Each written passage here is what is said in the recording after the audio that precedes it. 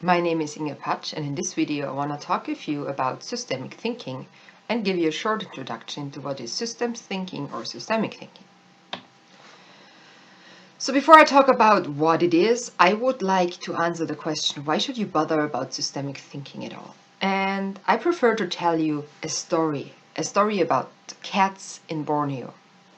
So once upon a time, I think it was in the 1950s, the local communities there had the problem that a malaria wave came over them and they really faced severe problems. So they called up WHO and asked what to do. And WHO came over and brought along a lot of DTT, this poison, and they started to spray all the houses with this poison. And of course, eventually, all the mosquitoes, they died.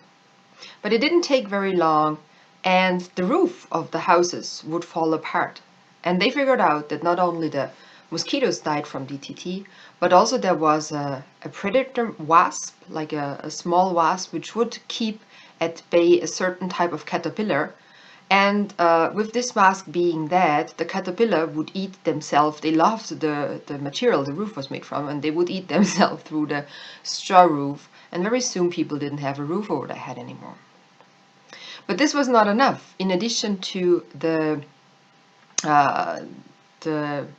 mosquitoes dying from it, also the geckos started to eat more and more of insects, which also got a small level of this DDT in their blood.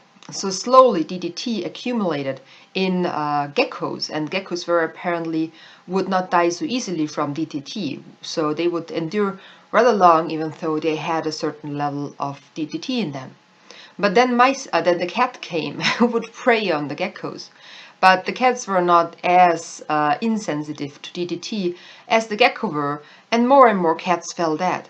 So all of a sudden, the population of Malaysia had a huge problem with rats, because with all the cats gone, there was no animal anymore to keep the rats at bay, and the rats started to eat up the storerooms full of grains and other food items. So they called up WHO again, and WHO, not knowing what to do, started Operation Cat Parachute, and they brought 50,000 cats and parachuted them in Borneo, and then slowly the whole situation came under control again. So if you don't want to parachute in cats in an area where you made an intervention, it's better that you think about systemic thinking, and this is why systemic thinking matters. So what is it now you can do in systemic thinking, and what is it now we can learn from a story like this? So a systems thinker, and I like to use this drawing which from disruptive design, which I find really nice, and bringing it nicely to the point, is saying a systems thinker is thinking into interconnectedness. So a systems thinker sees how the use of DDT is interconnected with maybe other animals eating it, is interconnected with the roofs of people. A system thinker furthermore thinks in circles rather than linear, so in patterns which are influencing each other and coming back again. So it's the domino effect or the boomerang effect, which is coming round again at a certain stage in time, no matter how many nodes are in there. A system thinker furthermore is, rather than looking into silos, into separate compartments, is seeing the emergence, is seeing how phenomena from different areas, phenomena from the environmental area or from the educational sector, are influencing economical phenomena, for example, and vice versa. So it's the emergence of an overall system which a system thinker is looking into. A system thinker is furthermore thinking in roles rather than in parts, so he's trying to see the full picture, and then drawing rather the synthesis rather than the analyzing of individual parts. So rather than taking it apart and looking into one, he tries to see the overarching patterns. He tries to see the relationships between the different elements rather than looking into them in its isolation. So this is the notion, this is the basic idea of what systems thinking is about. It's this interconnectedness, it's this seeing patterns, seeing circularities, and looking at the whole at once.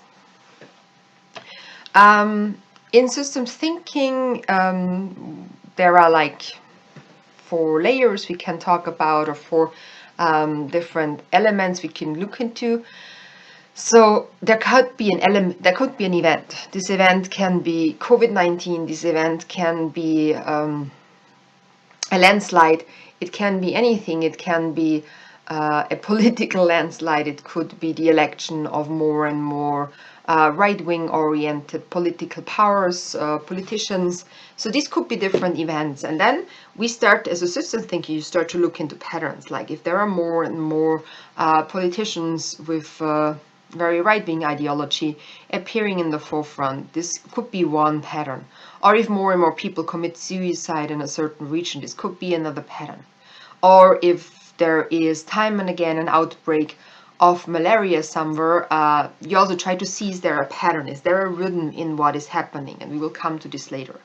And then most likely below this pattern there is a systemic structure, and we will look in other videos into how you can relate patterns to systemic structures.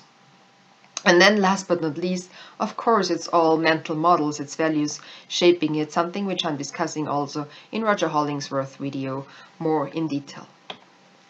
So just to give you a short idea what I mean with pattern, a pattern would be, for example, an exponential curve we're all too familiar about in the year 2020. It could be any kind of performance which increases and then levels out again, like for example natural growth. It's also a pattern, like the way how a human or any plant or whatsoever would grow. This is a certain pattern. This would always follow this beautiful S shape in a way.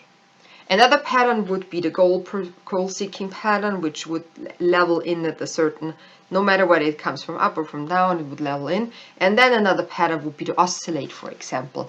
So just think about someone doing a diet and oscillating between being too thin and too fat and too thin and too fat, for example. So yeah, who are like the thinkers behind it? And I think there would be many, so I just want to name a handful of them who have been really doing amazing work. And I'm so happy to live in the year 2020 because we can already look back at all these four thinkers. So the first one was probably the most prominent, one of the most prominent sociologists. His name was Talcott Parsons, and he wrote a lot about social systems, institutions, and social evolution. So he was definitely a forethinker in sociology and looking into this idea of systems. Another great person who even received the Nobel Prize in 1977 on his work for self-organizing system is Ilya Prigogine, who was actually a chemist, but then he developed this. He's really the forefather of systems thinking, and we will in another video talk about him more when we talk about complexity theory. There is, in the German-speaking area, I think the most prominent one is Niklas Newman about his social systems. I personally have read a few of his books.